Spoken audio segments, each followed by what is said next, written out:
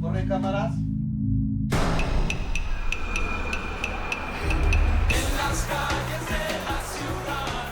Los 80s estaban por terminarse.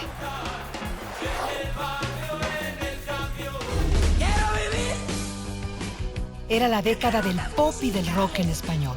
Y quiero que me entierre a ritmo de rock.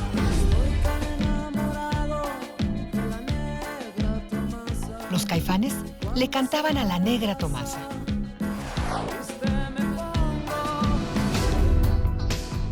Gustavo Cerati vivía la oportunidad de la fama.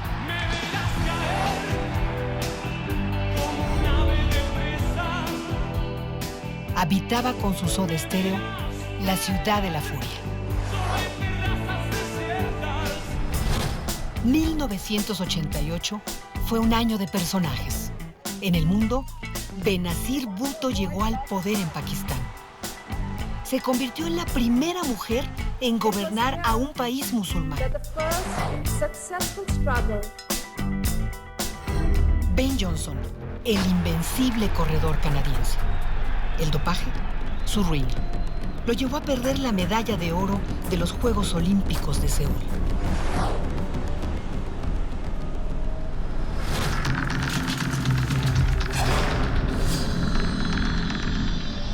México buscaba recuperarse del lunes negro del 19 de octubre de 1987. Las bolsas de valores en el mundo se habían desplomado. El país tenía la deuda externa más grande de su historia y una inflación de 150%. La economía había llegado al punto del caos. Pero el país sumaba un nuevo paquete de problemas: la elección presidencial. La noche del 6 de julio de 1988, muchos ánimos estaban encendidos. El personaje central, un hombre, Cuauhtémoc Cárdenas, nacido en el núcleo del poder, que representaba las esperanzas de cambio del movimiento de izquierda representado por Heberto Castillo y Manuel Cloutier, de la derecha.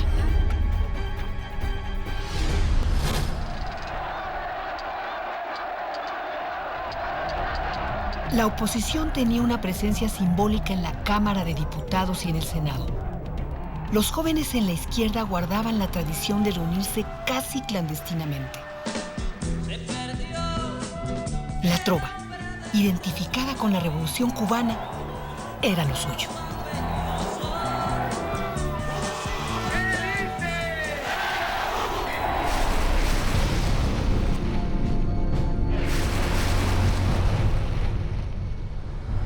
La crisis se había desatado. México estaba hundido en un conflicto. El Partido Revolucionario Institucional venía de afrontar una ruptura encabezada por un personaje controvertido en las élites políticas. Su nombre, Porfirio Muñoz Ledo. Esta vez, el sistema veía crecer una fuerza política que representaba un verdadero desafío. Invito a Carlos Salinas de Gortari a negociar.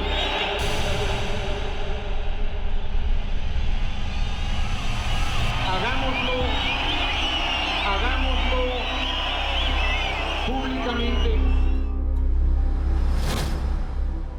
1988, miércoles 6 de julio, la madrugada de un largo día. Una nueva ley electoral fue el preámbulo de los comicios federales más cuidados de la historia. Las fuerzas de seguridad listas para actuar en caso de brotes violentos. Un ejército de notarios públicos aguardaba expectante para dar fe de la veracidad de cualquier denuncia. todo tenía que documentarse para que fuera creíble. Era la primera vez que en México una elección presidencial ocurría a mitad de la semana. 8 de la mañana. Se instalaban las casillas. Muchas vigiladas hasta por 30 personas que representaban a alguna organización civil o partido político. La desconfianza estaba en el ambiente. La afluencia de votantes era copiosa y ordenada.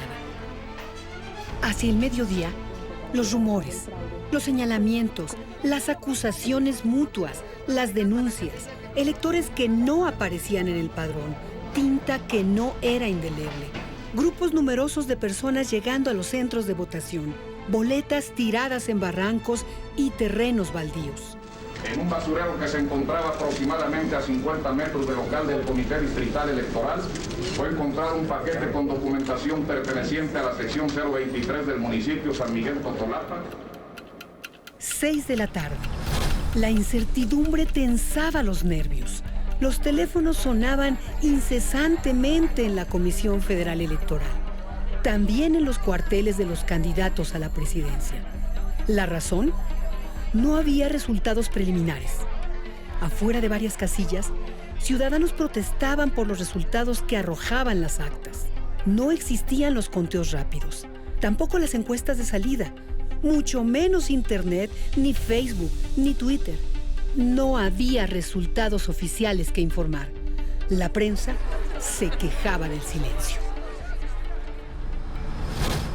Al mismo tiempo, reunión urgente en casa del panista Luis H. Álvarez. Los candidatos Rosario Ibarra, Manuel Cloutier y Cuauhtémoc Cárdenas, junto con Porfirio Muñoz Ledo, Carlos Castillo Peraza y Diego Fernández de Ceballos, redactaban un documento, el llamado a la legalidad, donde protestaban por las fallas técnicas que para la oposición escondían un fraude. Al final, no fue así. Carlos Salinas de Gortari ganó por amplio margen, 50.35% de los votos. Cuauhtémoc Cárdenas, 31.12%. El documento de protesta lo recibió Manuel Bartlett, entonces secretario de Gobernación y después, irónicamente, personaje de la izquierda. Más allá de lo que él ha declarado de que él no fue responsable directamente de las decisiones del 88, que fueron otros los que manipularon los números electorales, que hubo un sistema paralelo de conteo, cosa que estuvo ocultado desde luego a los partidos de la oposición.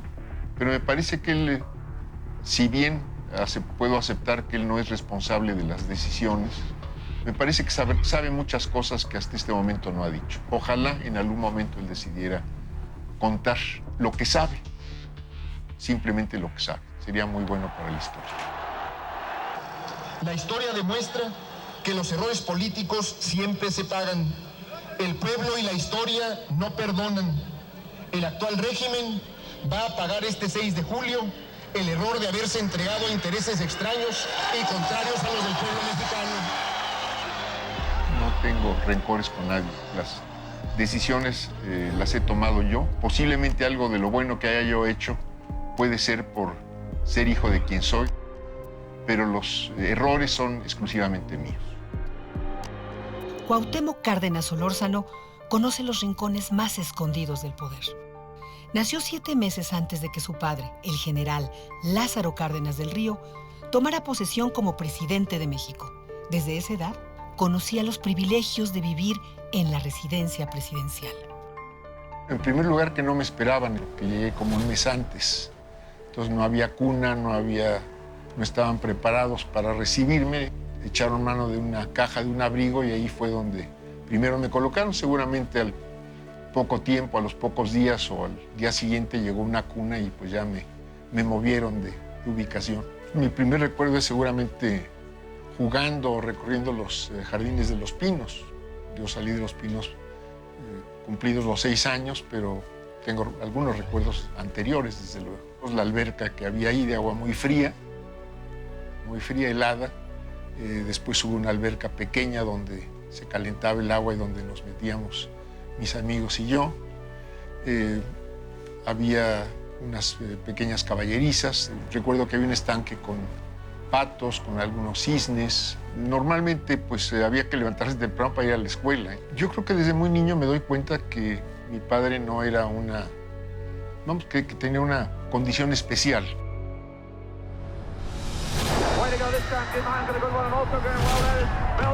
1968. México recibía las miradas del mundo al convertirse en sede de los Juegos Olímpicos. El PRI se encontraba en su apogeo. Los movimientos estudiantiles servían en diferentes partes del mundo y encontraron su eco en el país. El 2 de octubre no se olvida. Tampoco que le ejecutó el Batallón Olimpia. Cuauhtémoc Cárdenas manifestó estar alejado de uno de los eventos más trascendentes de la historia reciente de México. Yo estaba en esa época a cargo de la construcción de una presa en el río Balsas, en la costa de Michoacán, la presa José María Morelos o La Villita, y principalmente me tocó pues ver desde allá los acontecimientos. Estuve también haciendo algún viaje en esos meses por Europa, asistiendo a algunos congresos, y vi más de lejos que de cerca los acontecimientos. Yo no tenía ningún vínculo cercano con la universidad, más allá de ser un exalumno. El día 2 de octubre estaba yo aquí en México, por razones de trabajo estaba yo aquí en México, y en la noche estábamos justamente aquí, tanto mi esposa Celeste como yo aquí en casa de mis padres, y bueno, empezamos a conocer, a saber lo que estaba sucediendo en Tlatelolco. Empezaron a llegar algunos amigos, llegó Luis Prieto con algún otro amigo, nos relataron lo que habían visto allá en la plaza. Hubo mucha preocupación. Mi padre le pidió en ese momento al propio Luis Prieto que fuera a alguna parte, a la Cruz Roja o a la Cruz Verde, a ver qué veía, quién encontraba, etc. Regresamos, estuvimos aquí pues hasta las primeras horas de la madrugada, hasta las 2, 3 de la mañana. Muy impactado, sin duda alguna, muy impactado, muy golpeado por lo que había sucedido. Es decir, nunca esperamos que hubiera una reacción de ese tamaño del gobierno.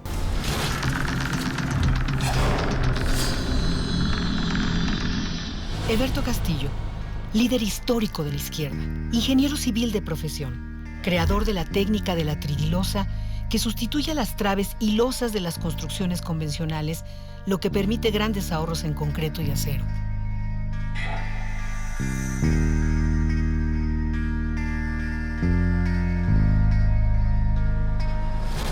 Apoyó los movimientos de ferrocarrileros, normalistas, médicos y el estudiantil que tuvo su punto culminante en Tlatelolco.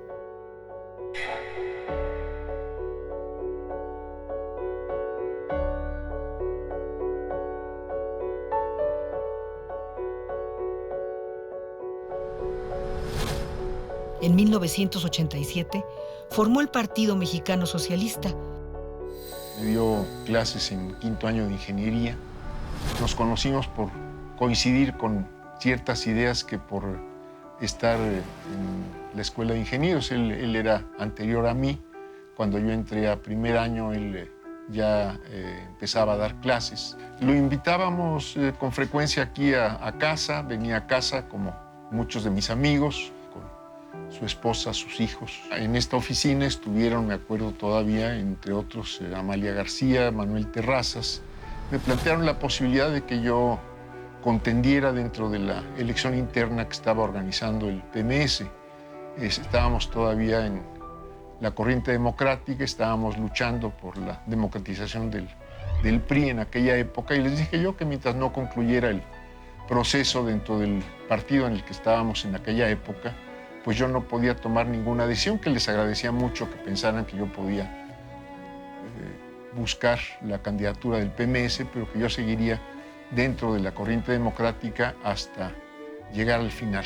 Hacia finales del mes de mayo del 88 hubo algún discurso mío en que yo llamé a la unidad. Estaba yo en Zamora, Michoacán, y pues sin esperarlo hubo una reacción por parte del PMS, nos buscaron Y en esos mismos días hubo las primeras reuniones en casa de Gilberto Rincón Gallardo. Estuvimos principalmente Porfirio Muñoz Ledo y yo, platicando con Gilberto, en otros momentos con el propio Eberto, hasta que se convino primero unificar una propuesta programática y después la declinación de Eberto como candidato. Personaje emblemático que decidió entregar a su amigo, al hijo del Tata Cárdenas, su capital político. Declinó su candidatura como la mejor oportunidad para que creciera a la izquierda. Este paso que damos no es para declinar compromisos. Este paso que damos es para sumar fuerzas con un hermano de lucha de hace mucho tiempo. Es para sumar fuerzas con Cuauhtémoc Cárdenas para juntos cumplir todas las promesas que hemos hecho a este pueblo mexicano. 1984. Otro parteaguas.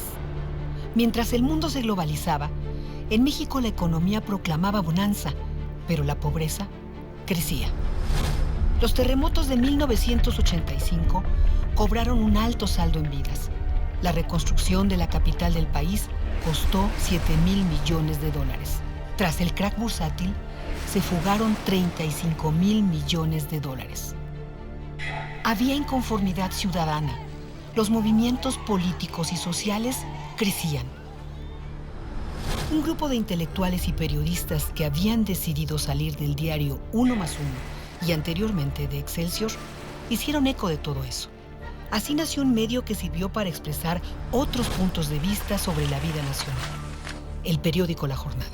Sus fundadores: Carlos Payán, Carlos Monsiváis, Héctor Aguilar Camín, Federico Reyes Heroles, José María Pérez Gay, el obispo Samuel Ruiz, Alberto Barranco y Miguel Ángel Granados Chapa, entre otros.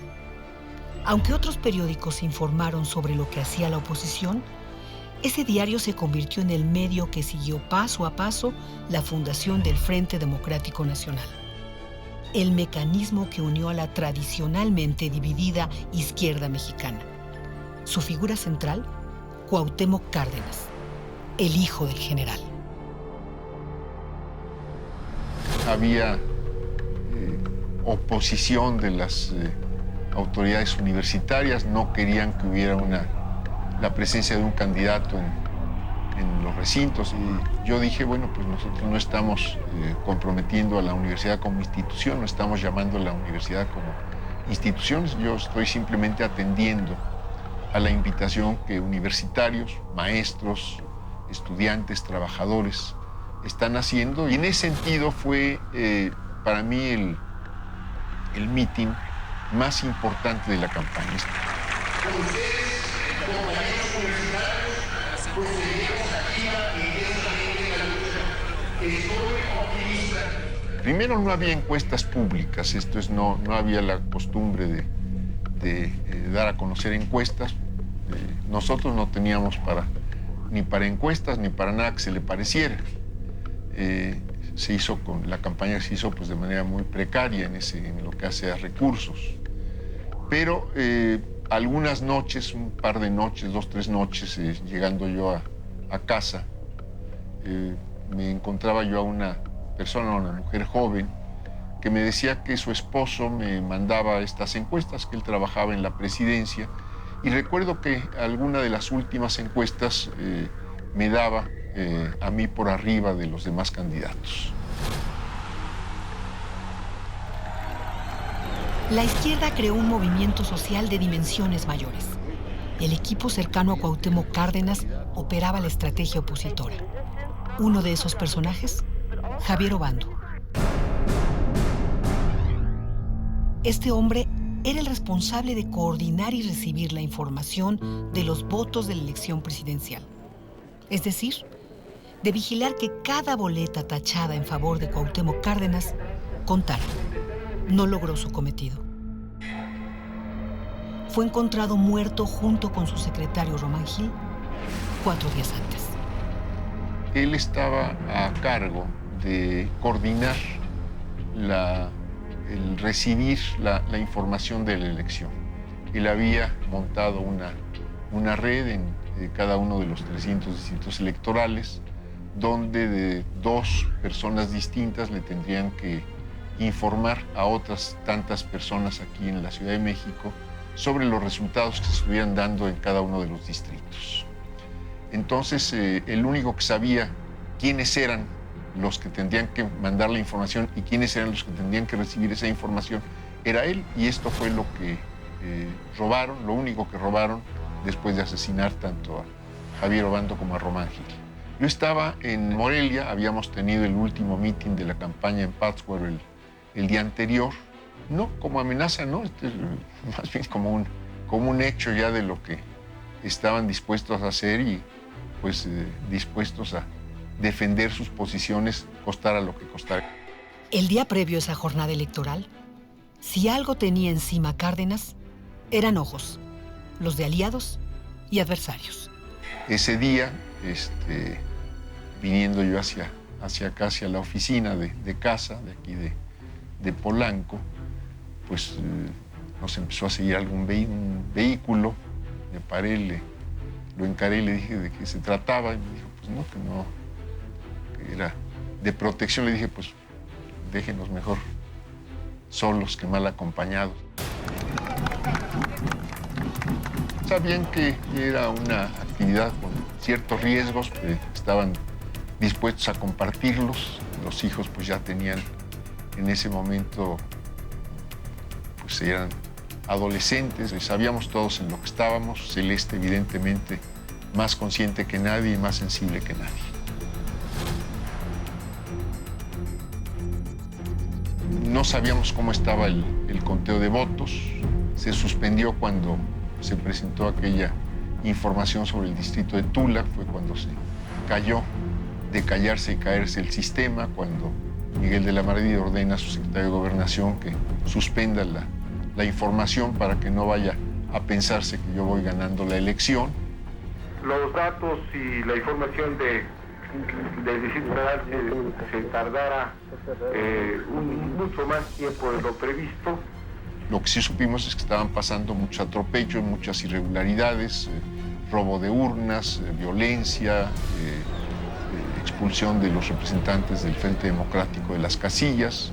Compartimos la información con Acción Nacional, particularmente con Manuel Cloutier, que pues tenía reportes muy similares, con Rosario Ibarra del Partido Revolucionario de los Trabajadores, de candidata, y nos quedamos de reunir esa tarde, Porfirio Muñoz Ledo y yo, con Manuel Cloutier y gente de Acción Nacional.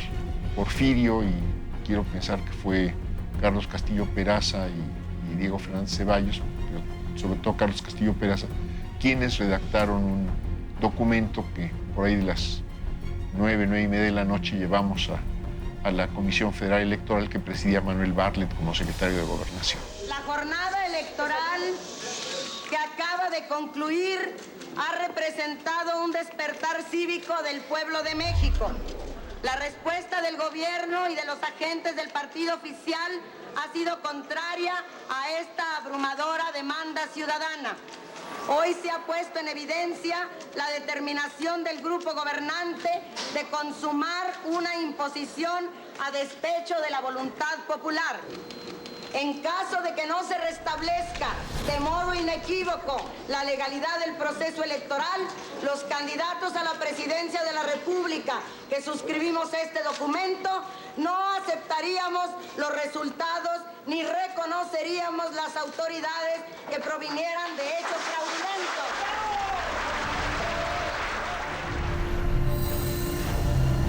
Un país que cobra cada día mayor importancia por su definida y decidida posición.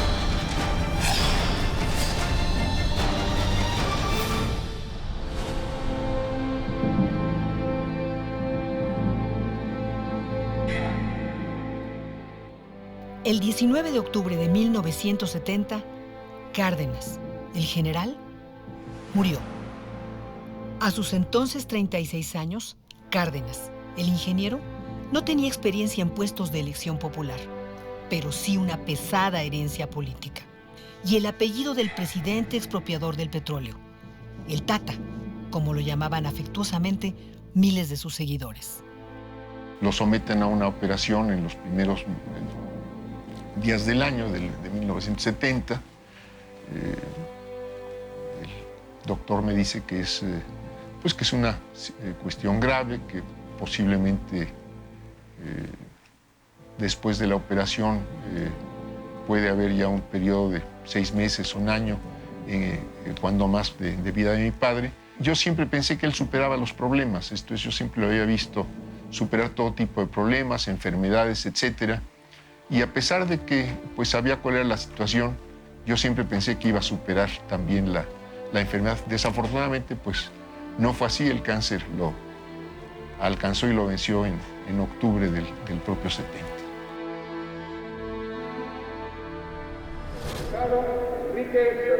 Cuauhtémoc Cárdenas era militante del partido que había llevado a su padre a la presidencia, el Revolucionario Institucional. Por esa vía obtuvo diversas posiciones políticas. Inició la carrera en busca del Palacio de Gobierno de Michoacán, el estado de sus raíces familiares, la cuna de esa idea generalizada y bautizada como cardenismo que los historiadores definen como la institucionalización del partido en el gobierno, es decir, el retiro de la figura de jefe máximo de la revolución que ostentaba Plutarco Elías Calles para dar paso a la participación de los sectores sociales, el impulso del agrarismo, la vida sindical y la educación como banderas del pueblo.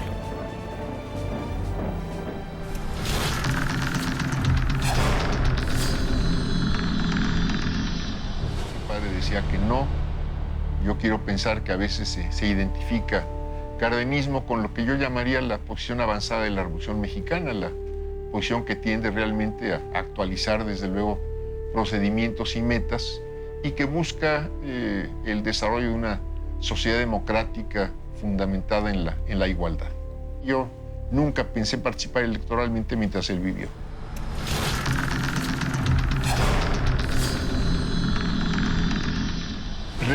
Reclamé en cuanto a que no había sido una decisión democrática la que finalmente se había tomado, y lo hice públicamente. La decisión fue por otro lado y hubo que asumirlo, pues si uno aceptaba las reglas del juego, había que aceptar las reglas del juego. Le pedí al licenciado López Portillo la posibilidad de estar más cerca de la actividad ejecutiva, llamémosle. Que conviene al país. Esa es la estructura a la que me he comprometido a defender como perro. Y me invitó a hacerme cargo de la Subsecretaría Forestal. Y estando en la Subsecretaría Forestal, no faltaron ya, cuando se llegaron los tiempos, de amigos que se acercaban, que me invitaban a que pensara yo en participar como candidato a gobernador. Lo planteé al propio licenciado López Portillo, lo planteé en el partido en esa época, en el PRI, y al final de cuentas fui yo el candidato. Amigos y compañeros de todo el estado de Michoacán que se han congregado en esta reunión. Los vecinos, México y Estados Unidos, pasaban por una crisis muy delicada. ¿La causa?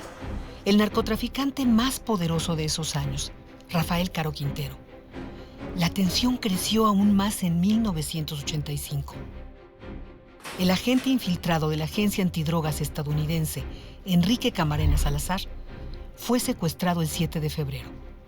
Las investigaciones revelaron que por orden del narco. El 5 de marzo, Camarena fue hallado muerto. El lugar, un rancho conocido como El Mareño, justo en el estado gobernado por Cárdenas. El Departamento de Estado norteamericano se inconformó por este hecho. Yo tenía cita ese día con el presidente de la Madrid, el día anterior, cuando se habían dado estos acontecimientos en el Mareño. Yo voy a Morelia y hago un documento en que protesto por la presencia de fuerzas de Jalisco que entran a Michoacán sin los avisos que legalmente tendrían que haber dado. Y esto se publica en varios diarios de aquí de la Ciudad de México. Esto no gustó al presidente de la Madrid, me canceló la cita, hablé con el entonces secretario de Gobernación, con Manuel Bartlett, me dijo, bueno, ¿por qué no nos dijiste qué estaba pasando? Le dije, bueno, pues porque estaba muy grave la situación en la zona. La candidatura priista a la presidencia ya no era una posibilidad. Entonces, Cárdenas y otros personajes, como Porfirio Muñoz Ledo, Ifigenia Martínez y Rodolfo González Guevara, crearon en 1986 la Corriente Democrática. Su propósito, obtener la candidatura y romper con el tradicional dedazo. Ese ritual político por el que el primer mandatario en turno ungía a su sucesor. Buscaban que el candidato fuera electo por los militantes. Así comenzó el rompimiento. Tanto el presidente de la República como el presidente del partido nos decían, síganle, vayan, el partido les dará todo tipo de facilidades, es importante lo que están planteando, y hasta ahí. Entonces nunca nos dijeron que no lo hiciéramos, las facilidades del partido nunca se dieron. Sabíamos que estábamos enfrentados pues, con todo el sistema, empezando por un enfrentamiento muy directo con el propio presidente de la República y sus decisiones. Y esto sabíamos que era una fractura y pues asumimos la responsabilidad. Secretario del Trabajo y de Educación, también presidente del PRI. Siendo embajador de México en la ONU, Porfirio Muñoz Ledo sería protagonista de un hecho que traspasaba fronteras. El diario The New York Times informaba sobre un altercado que protagonizó frente al departamento donde vivía en Manhattan. Señalaba que había roto el parabrisas de un automóvil que estorbaba su paso con la culata de una pistola. La Cancillería mexicana desmintió el incidente y aclaró que se había tratado de una acción defensiva de su guardaespaldas. La policía de Nueva York no detuvo a Muñoz Ledo porque se acreditó como diplomático, pero terminó siendo removido con la idea de evitar tensiones. Después de eso, concibió la Corriente Democrática dentro del PRI. Fue entonces que invitó a Cuauhtémoc Cárdenas y a otras figuras distinguidas del partido. Un año después, terminaron fuera del PRI. Su nuevo proyecto, el de los partidos y organizaciones agrupados en el Frente Democrático Nacional. Así, Cuauhtémoc Cárdenas consiguió ser candidato a la presidencia de la República. En ese momento pues ya teníamos información por los datos que directamente habían recogido los representantes del Frente Democrático Nacional en las distintas casillas. Teníamos ya un buen número de actas que nos hacían ver que hasta donde se podía saber, iba yo ganando la elección presidencial.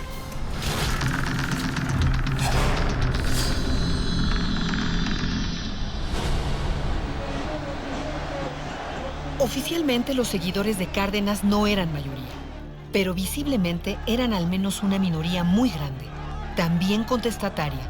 Habían perdido el miedo. La inconformidad no era exclusiva de la izquierda. Incluso el líder más popular del principal partido de derecha, el panista Manuel Cloutier Maquio, era una figura decisiva en las protestas. Empresario nacido en Culiacán, Sinaloa, candidato presidencial del PAN en ese 1988. Había obtenido el 17% de la votación. Su exigencia, que se repitieran los comicios. Emitan su voto declarando nulas las elecciones presidenciales celebradas el 6 de julio. Pues sabíamos que no iba a ser fácil lo que estaba por delante. Habíamos conocido desde luego de este hecho en que Manuel Cloutier trató de acercarse a la Madrid, al presidente, para interpelarlo en algún acto que tenía el presidente en Bellas Artes.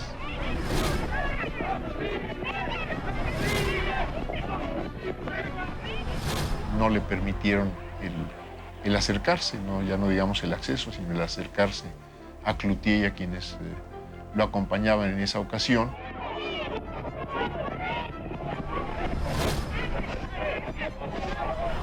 Pero sabíamos que esto no iba a estar desde ningún punto de vista fácil, que estábamos enfrentando a todo un sistema.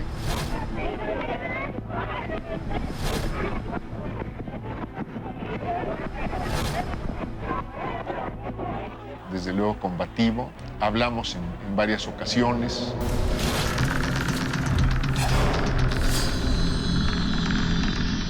Llegó algún enviado de Manuel Camacho, Yo acepté la reunión, acepté una reunión privada, hablamos de la situación, planteé en esa ocasión la posibilidad de limpiar la elección, fue lo único que yo planteaba, esto es, vamos a limpiar la elección, hay maneras de hacerlo, se puede hacer un muestreo, si el muestreo muestra que hay irregularidades en lo que nos dicen las urnas, pues se hace un nuevo recuento de todas las urnas. Hubo varias ocasiones, en varios momentos en que Carlos Salinas preguntó ¿y qué quieres o qué planteas? Yo le dije, lo único que planteo pues, es que se limpie la elección. Seguramente esperaban pues, o más diputados o más senadores o no sé, cualquier otra concesión de carácter político o económico, no lo sé. Lo cierto es que la única respuesta que recibieron fue vamos a limpiar la elección. Protesto guardar y hacer guardar la Constitución política de los Estados Unidos mexicanos y las leyes que de ella emanen. Tras la ratificación de los datos que dieron el triunfo a Carlos Salinas de Gortari, Manuel Cloutier continuó su lucha política. Iniciada la nueva administración priista, presentó su gabinete alternativo para vigilar las acciones gubernamentales. El 1 de octubre de 1989, murió en un accidente automovilístico en la carretera México-Nogales.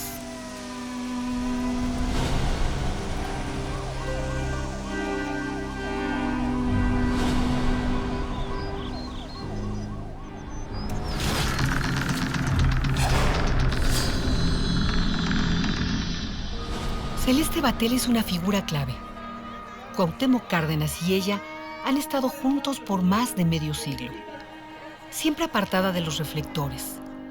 Nunca ha concedido una entrevista. Nació en Portugal y llegó a México a los 3 años. A los 20, se casó con el ingeniero. La conocí en una fiesta de una prima mía, que era compañera de ella en la escuela cuando ella estaba en los últimos años de la secundaria. Yo ya había terminado la carrera de ingeniería, ya estaba yo recibido y trabajando aquí en México. Y ahí la conocí, nos empezamos a tratar y duramos un par de años tratándonos, frecuentándonos, noviando y finalmente decidimos casarnos. Los hijos, en primer lugar, compartimos ideas también respecto a cómo debiera ser el país y cómo debiera ser la sociedad y cómo debiera ser el mundo.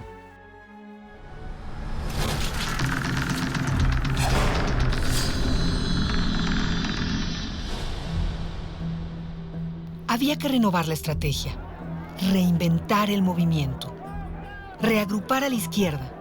El Frente Democrático Nacional se unificó en un nuevo partido, el de la Revolución Democrática. Recuperar el camino, principalmente el camino avanzado de la Revolución Mexicana, seguir luchando por el rescate de la soberanía, buscar la igualdad en todos los órdenes, esto es igualdad de oportunidades, políticas sociales que condujeran a una efectiva elevación de los niveles de vida en conjunto para la población, seguridad social, mejor educación, mejor salud, aprovechamiento de los recursos naturales del país para industrializarlo y para generar desarrollo efectivo en el país. Esta era la oferta que hacía el Frente Democrático. Tras ese convulso 1988, el país ya no era el mismo. Llegó una histórica reforma política electoral. Su negociador y operador, Fernando Gutiérrez Barrios, estratega priista. La leyenda popular y política lo ubica como seguidor de las acciones de Fouché, el célebre ministro de la policía francesa en tiempos de Napoleón. El gran logro de la reforma que Fernando Gutiérrez Barrios operó fue el nacimiento del Instituto Federal Electoral. Así, las elecciones dejaron de ser organizadas y supervisadas por el gobierno, aunque se preservaba el secretario de Gobernación a la cabeza. Los representantes del gobierno mantenían la mayoría en el Consejo General. El IFE estaba listo y se preparaba para la próxima contienda presidencial. 1994. El Tratado de Libre Comercio con Estados Unidos y Canadá mantenía también altas las expectativas económicas.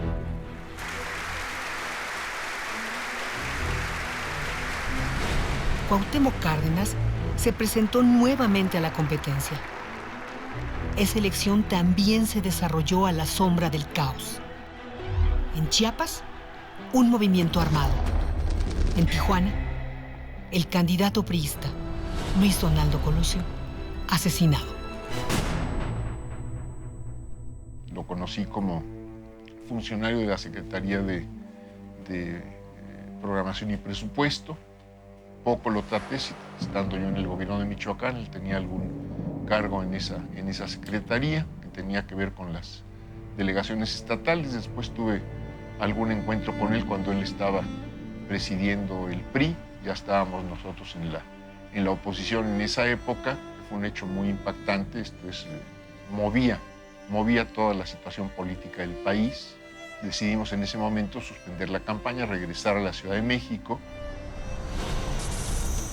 Ernesto Zedillo fue ungido como sucesor en la candidatura priista. Economista por la Universidad de Yale, considerado por los priistas como un miembro del primer círculo de los llamados tecnócratas. Ya en campaña, compitió con el panista de viejo y duro puño, Diego Fernández de Ceballos, un exitoso y varias veces polémico abogado. También con Cuauhtémoc Cárdenas, hijo del poder y de un liderazgo natural que aplicó desde la izquierda opositora. Los tres sostuvieron el primer debate presidencial difundido por televisión a todo el país. Democracia, el terminar con el régimen actual de partido de Estado, la recuperación de una economía productiva. Usted hoy sostiene en la oposición, con intransigencia democrática, que el gobierno debe de poner manos fuera de los procesos electorales. Pero usted hizo esta ley electoral en Michoacán, donde usted tenía el control de las elecciones. ¿Qué hubiera pasado si hace 6 años el señor Cárdenas, que no ganó, hubiese ganado? Y si hubiésemos tomado en nuestro país las políticas económicas que él ofrecía. En aquella época, también nació el Grupo San Ángel. Sus miembros, personajes con ideologías y militancias distintas. Carlos Fuentes, Jorge Castañeda, Carlos Monsiváis, Enrique Krause, Federico Reyes Heroles, Lorenzo Meyer, Elena Poniatowska, Santiago Krill, Laura Esquivel, Sergio Aguayo, Adolfo Aguilar Sincer, Vicente Fox y un largo y renombrado etcétera. Su propósito, vigilar que las elecciones fueran limpias y cuestionar a los candidatos sobre sus propuestas.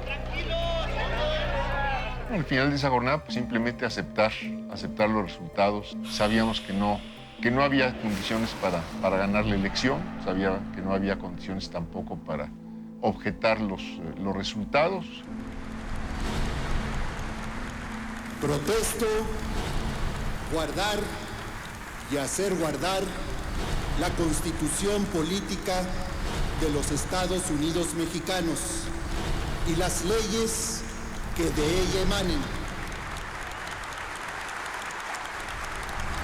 Pero la segunda derrota electoral no detuvo las victorias políticas.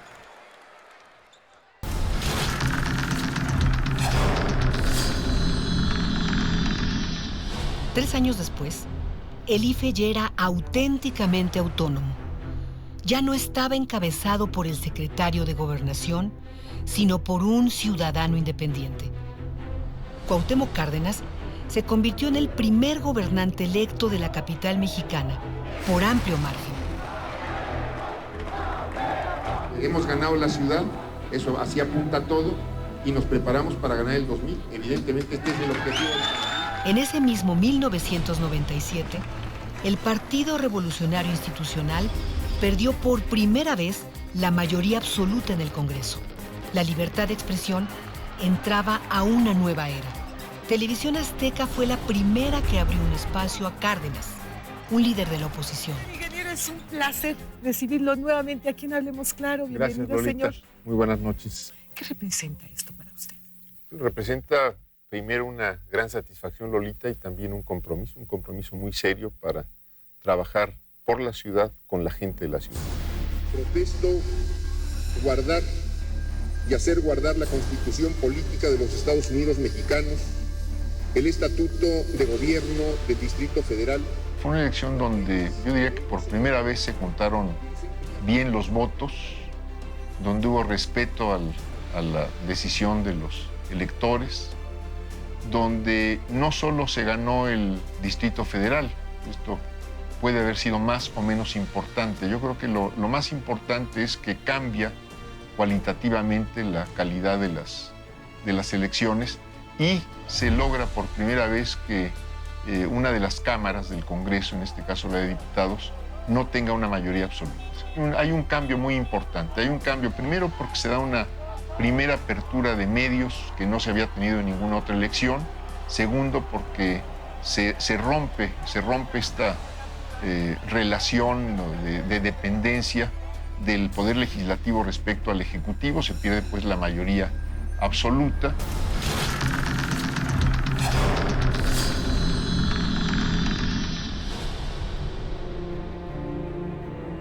Llegó el nuevo milenio. A los 66 años de edad, Cuauhtémoc Cárdenas, quien niega estar obsesionado con la idea de ser presidente, volvió a presentarse como candidato. Era la tercera ocasión. Se buscó cómo llegar a una candidatura común. No se logra. Esto es, al final de cuentas, la primera propuesta de Acción Nacional fue una encuesta. La propuesta nuestra era una elección abierta. Al final de cuentas se nombra aquel grupo que llamaron los notables, que propuso hacer una encuesta y al mismo tiempo una elección en un número X de casillas. Yo dije que lo que decidieran los notables, este grupo de 6 o 7 personas, yo lo aceptaría. Vicente Fox no lo aceptó. Y llegó un nuevo debate. El primero convocado por la Cámara de la Industria de la Radio y la Televisión. Por el PRI, Francisco Labastida Ochoa, economista y político de larga carrera. Había sido secretario de Gobernación, de Agricultura y de Energía. También senador y gobernador de Sinaloa. Por el PAN, Vicente Fox, administrador de empresas, entonces aún no titulado en la Universidad Iberoamericana. Empresario por formación y por herencia familiar. Exgobernador de Guanajuato, panista poco ortodoxo. Miembro de la corriente iniciada por Manuel Cloutier, Maquillo. Por el PRD y su alianza de izquierda, por supuesto, Cuauhtémoc Cárdenas. El tiempo fue las 6:30, no está a las 6:30, vamos a lo que sigue. Vamos a lo que sigue, digo, no podemos estar a tu capricho, perdóname, no podemos estar a tu capricho. Vamos a lo que sigue. El viernes hacemos el debate. Hoy. El viernes. Hoy. El viernes. Hoy. Entonces, ¿cuál es la decisión de ustedes entonces? El Comité Técnico del IFE nos señala que a partir de los 2 conteos rápidos se puede establecer la siguiente conclusión. El primer lugar lo tiene la coalición Alianza por el Cambio, que postuló a Vicente Fox con una estimación de votos emitidas entre el 39 y el 45%. Justo ahora, el propio IFE nos ha comunicado a todos los mexicanos que cuenta ya con información ciertamente preliminar, pero suficiente y confiable para saber que el próximo presidente de la República será el licenciado Vicente Fox Quesada. El 2000 fue el año en el que el PRI sufrió la más amarga de sus derrotas. Por primera vez en la historia, salió de la residencia presidencial. Lo sacó la derecha. Pero Cárdenas, desde el tercer lugar, afirmaba con claridad que la izquierda había desempeñado un papel determinante. El desmantelamiento del régimen de partido Estado. Es un logro muy importante del cual nosotros debemos preciarnos y al cual hemos dado nosotros una contribución.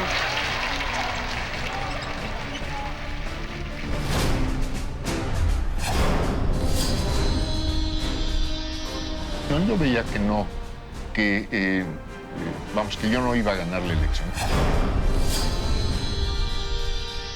Yo sigo trabajando por las mismas ideas y por los mismos objetivos por los que he trabajado políticamente. Esto es la soberanía del país, la igualdad de los mexicanos, impulsar la democracia, pero yo creo que ya las participaciones electorales les corresponden a otros.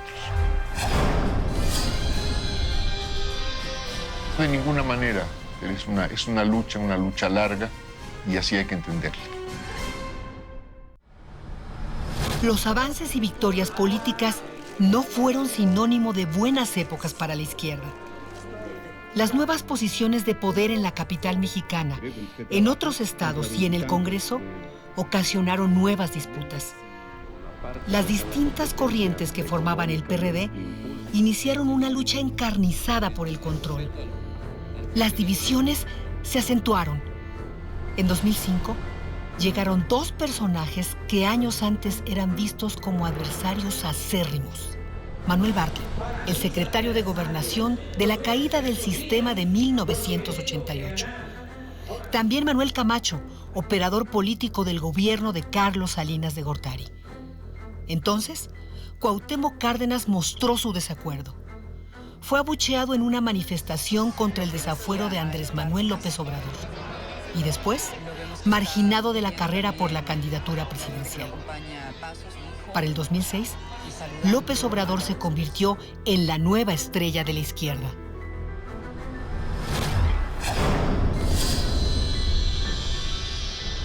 Nunca he entendido qué quiere decir eso. No llevo cuenta de ello, seguramente más de algo.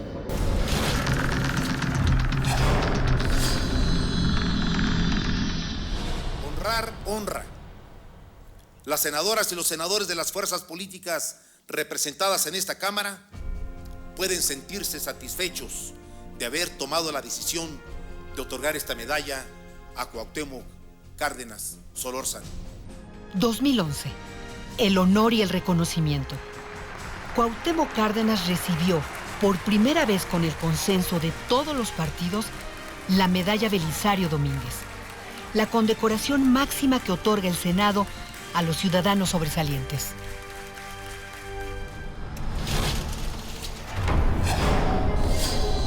La última paradoja. El hombre que movió masas y conciencias, el que llevó a multitudes a ocasionar grandes cambios, fue agredido durante una marcha. Una protesta por la muerte de 43 estudiantes de la Escuela Normal de Ayotzinapa, en el estado de Guerrero. En 2014, renunció al partido que fundó, el PRD. Hoy está apartado de la vida partidista, pero no de la política.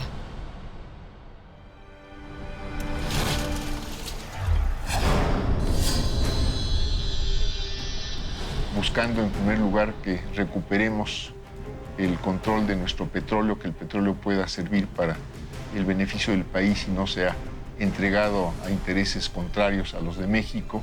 Esta es la lucha inmediata, pero yo diría que la lucha por la soberanía, por profundizar la vida democrática, pues es una lucha de toda la vida. Qué gusto haber podido tener esta buena charla con usted.